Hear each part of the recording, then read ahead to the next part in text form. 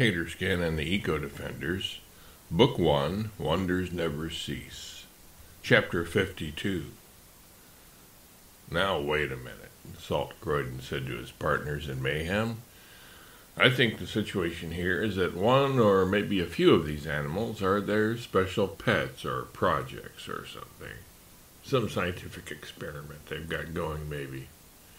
That's got to be it, Meany agreed. Look, he said to Albert, just tell us which ones you don't want killed, and we'll leave them alone. We'll give you some tags to mark them with, and we'll spare the one that's special to you, or the few that are special to you. That's fine with us. We're willing to give you that concession. After all, we don't want to be unreasonable. You've got it all wrong, said Albert. We're not protecting any individual animal or just a few or a particular species or two. It's all of them we are protecting. We are united, Alexis affirmed. It's 10 quintillion for one, and 1 for 10 quintillion. We are putting you out of business now and forever. Just how we put you out of business is up to you, Ward said as he walked up. The easy way for all of us is for you to simply turn around, go home, and take up a different profession. An honorable one.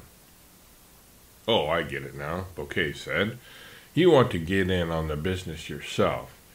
You're trying to drive us away so you can hog it all for yourselves. And you've driven together a prodigious windfall here. The elephants and rhinos alone will make you a fortune. That's obviously not it, you nitwit, Warble said, approaching the group. Warble's dander was really up now. He was starting to look like the old Warble, the difference being that he was on the opposite side of the ideological spectrum as he had been in his previous incarnation. If we were aiming to hurt these animals, do you think they would follow us here? To act as partners in their own demise?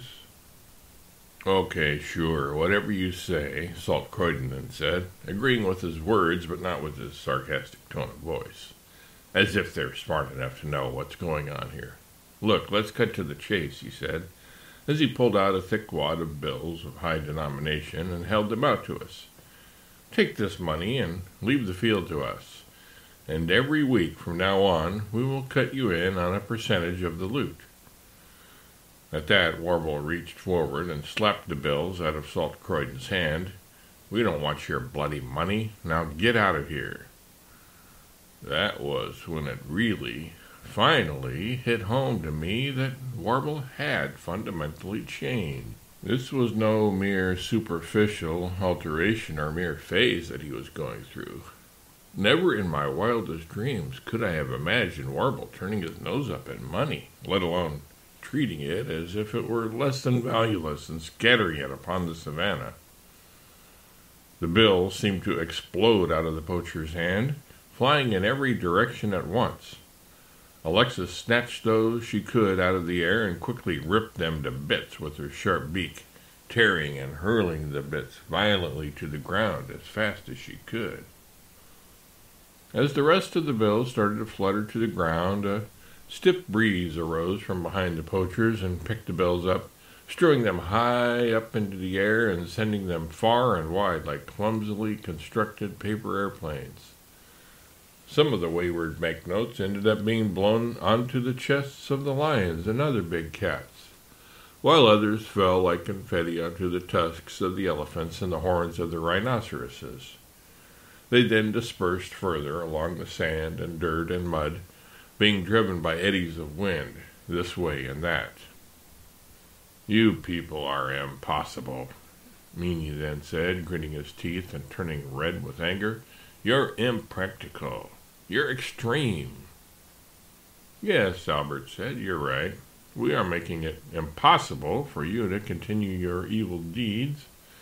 We are making it so that continuing in your chosen profession is impractical for you.